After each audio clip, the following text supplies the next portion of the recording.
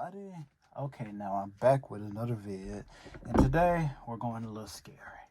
We're going to be talking about the greatest slashers ever since he's getting his own TV show.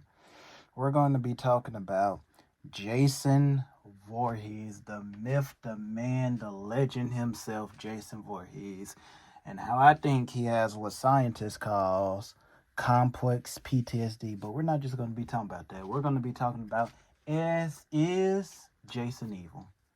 Can he be diagnosed as being evil or being evil? So, I think Jason is kind of evil. See, because it's a different thing. Say, let's get into Jason's backstory. He was bullied because he had a disability. He drowned at the lake. Then his mother went on a killing spree. Then he found his mother. Then he wanted revenge because once he saw the lady behead his mother, and I guess he watched his mother from afar and learned what she was doing and mimicked it. But at the same time, can Jason be characterized as evil? I kind of think he can be characterized as evil.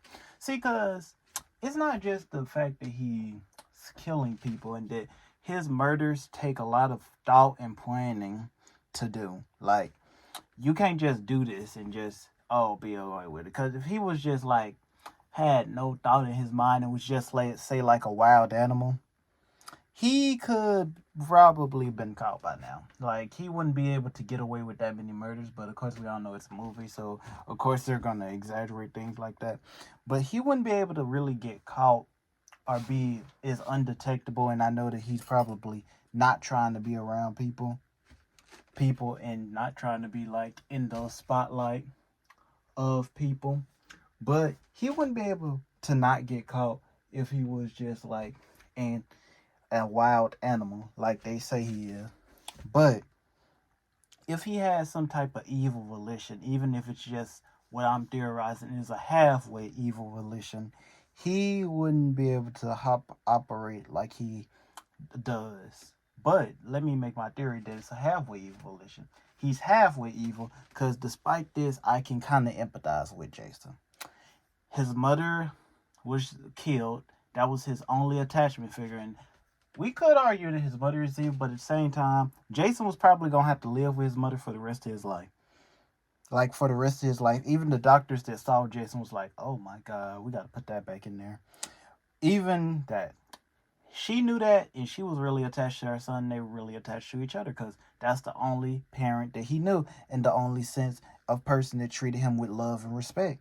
So I'm getting why Jason is like this. And then his mental disorders, he probably doesn't fully know what he's doing is wrong and view the people that he's killing as people with their own thoughts, as anything human. Because he probably wasn't taught really what humans were. Well, in a way.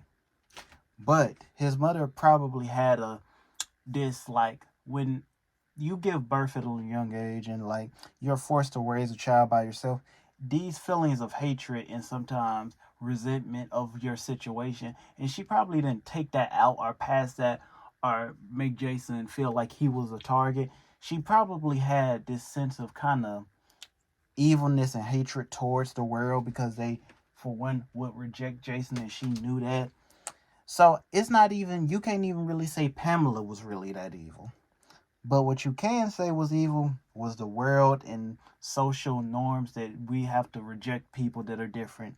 Because Jason is a little bit like Frankenstein's monster. In Frankenstein, if you read the story, the monster didn't originally know violence, but every time he tried to come and be friendly with humans, they would reject him, they would hit him, they would throw things at him, they would try to kill him, they would shoot him.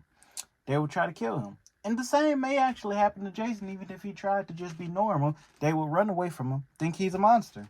And I even think we might see that in the Crystal Lake TV show. But how do I know? I don't. But honestly, that does sound plausible. Because think about this. Say even if Jason, say when he didn't drown, if he tried to like come around people, they would think he's a monster because he probably didn't even know like the queen divines off himself and stuff when he was under the water. So they would think, monster, run away from him, make him feel like an outcast, even probably try to beat him up. and make him think he's less of himself. That is why I can't fully diagnose Jason as evil. But I can say this. Jason was a flawed person. He was flawed because, like, he has to have some level of intelligence because he's not just as dumb as you think. He has to have some level of intelligence to operate these planned out murders and killing sprees like he does. In an unstoppable animal, I can best describe him as kind of like a hungry lion or a beat abused dog.